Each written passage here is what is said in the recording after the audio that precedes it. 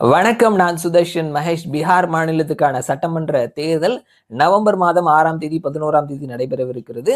வாக்கு எண்ணிக்கை நவம்பர் 14ஆம் தேதி நடைபெறவிருக்கிறது. என்டிஏ அவர்களினுடைய சீட் ஷேரிங்கை நிறைவு செஞ்சுட்டாங்க.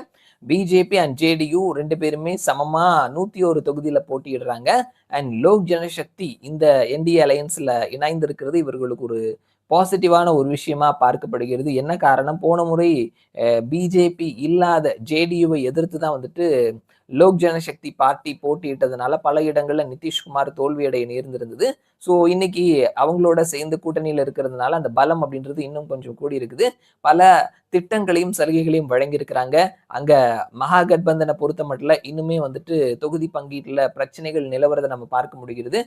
ராகுல் காந்தி காங்கிரஸ் 24 மணி நேரம் வந்து ஆர்ஜேடிக்கு கெடு கொடுத்திருக்கிறாங்க. அவங்க கொடுத்த 50 சீட்டை வாங்க மாட்டோம், எங்களுக்கு 60 சீட் வேணும் அப்படின்னு சொல்லி அவர்களினுடைய இன்னொரு அலையன்ஸா இருக்கக்கூடிய விஐபி கட்சி அதனுடைய தலைவர் வந்துட்டு எங்களுக்கு 40 தொகுதியும் டெபுட்டி சிஎம் போஸ்டும் வேணும் அப்படின்ற மாதிரி கேட்டிருக்கிறாரு. ஸோ நிலைமை இப்படி போயிட்டு இருக்க இந்த வீடியோலையும் நம்ம வந்துட்டு செஃபாலஜிஸ்ட் சாவியா சாட்சி அவர்களினுடைய டீம் எடுத்து வெளியிட்டு இருக்கக்கூடிய கருத்து கணிப்பு முடிவுகளை நம்ம பார்க்க போறோம். இந்த கருத்து கணிப்பு முடிவு அப்படின்றது லேட்டஸ்டா நிதிஷ்குமார் வந்துட்டு பெண்களுக்கு 10,000 ரூபாய் அப்படின்னு சொல்லி சலுகைகள்லாம் அறிவிச்சார் இல்லையா, அதற்கு அப்புறமா எடுக்கப்பட்ட கருத்து கணிப்பு முடிவு.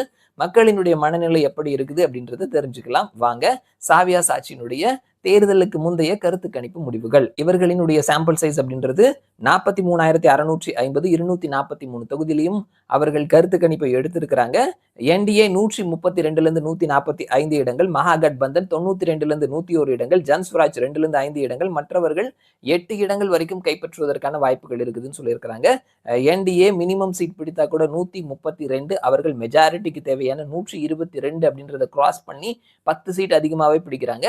ஸோ இவர்களினுடைய சாவியா சாட்சி அவர்களினுடைய டீம் எடுத்திருக்கக்கூடிய தேர்தலுக்கு முந்தைய கருத்து கணிப்பு முடிவுகள் படி பார்க்கும் பொழுது என்டிஏவினுடைய அரசாங்கமே மீண்டும் தொடர்வதற்கான வாய்ப்புகள் இருக்குது.